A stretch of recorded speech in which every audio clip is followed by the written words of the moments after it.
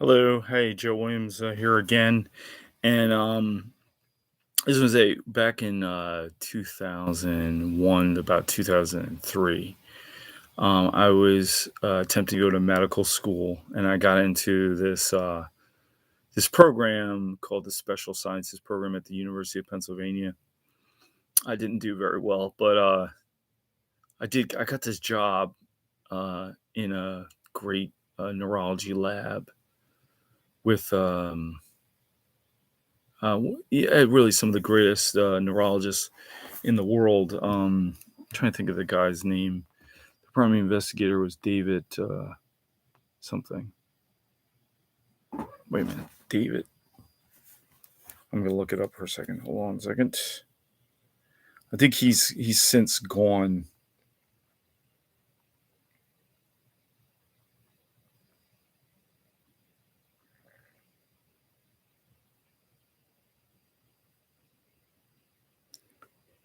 Um, Let me see. His name was David Pleasure, right? But I'm not talking about David Pleasure in this instance. It's funny. There was a young woman, right, who I was kind of smitten with at the time. First of all, not only was she cute, but she was like really, really smart. She had studied like mathematics at Harvard and all this stuff.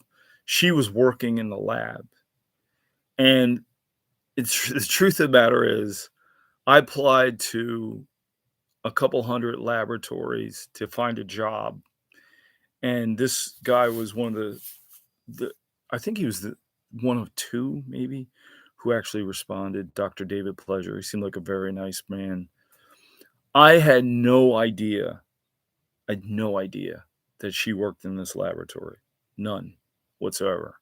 I was just blindly applying to every lab I could find, and he simply responded. So when I actually showed up, I think she thought I was like following her, which is pretty funny.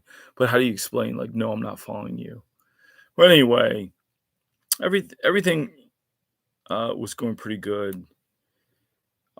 They there were I did notice you know we're talking about a very elite laboratory. They're like a $400,000 uh, microscope there that I was really not allowed to use. My job essentially was to kill the rats. Right? They actually had these rats who were bred with what they called a gentle gene, and I would break their necks and like twist them, break them, cut their heads off, and basically get their sciatic nerve out of their leg because it's supposed to be just like a human sciatic nerve. What we were studying was like how do sciatic nerves regenerate once they've been crushed in children, right? Because it's a children's hospital, Penn Neurology.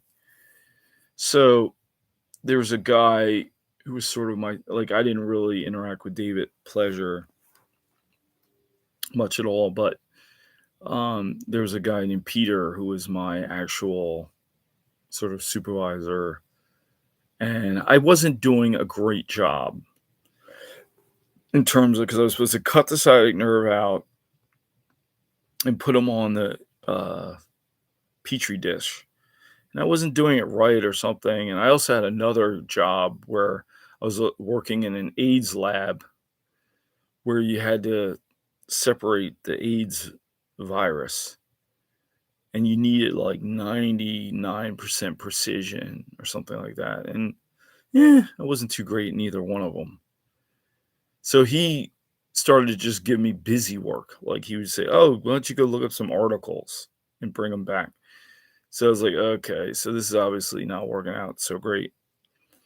And then, because I really didn't have much of a scientific background anyway, um, but one day, like this guy and we were walking to like they have the place where they keep the animals, right? So I had two things in animals, crates or whatever of animals, and he had some crates of animals.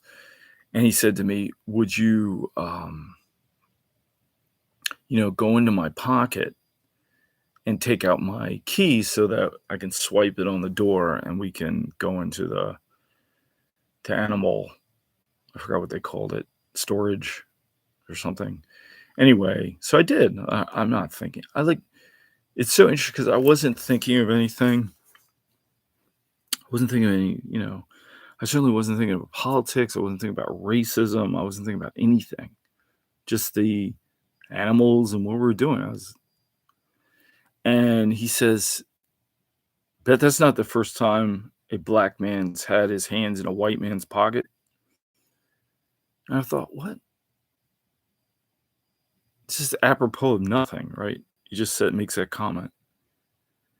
And it was startling and like absolutely appalling. Like, but when I looked at it, it was like they made sort of comments like that there already. Like, I remember he asked me, he said, "Oh, this guy was from England." So he said, "Oh, is it a black thing that like they have these funeral processions and then the traffic stops?" And I said, "No, that's everybody. That's an American thing, apparently.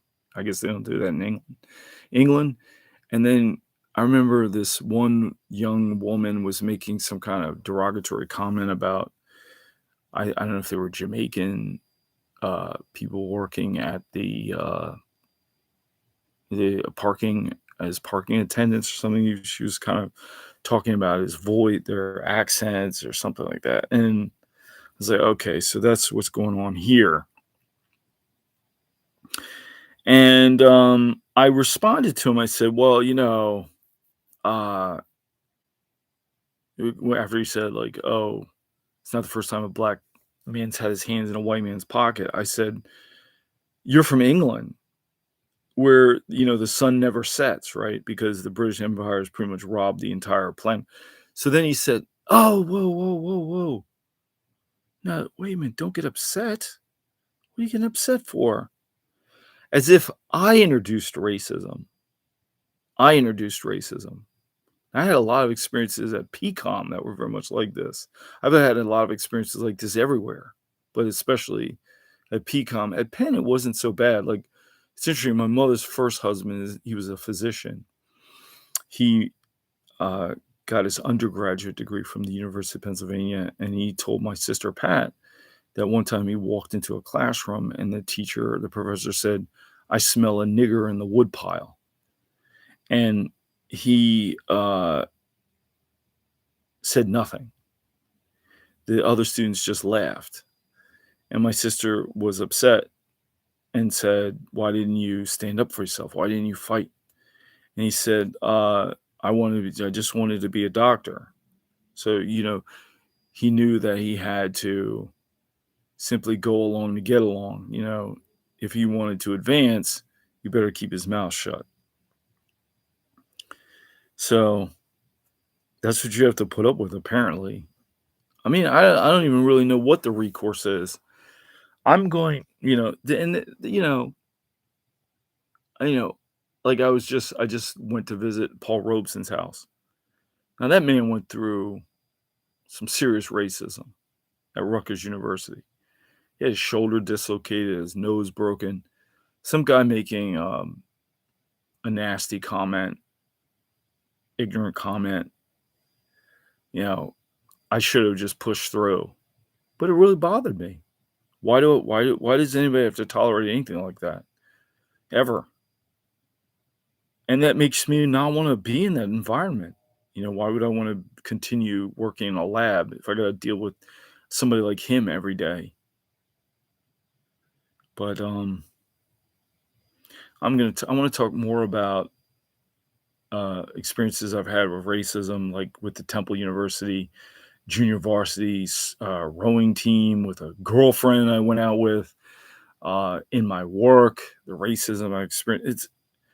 It is ubiquitous. Um, and I thought it was getting better, but then we had Trump as a president, so apparently it was not getting better.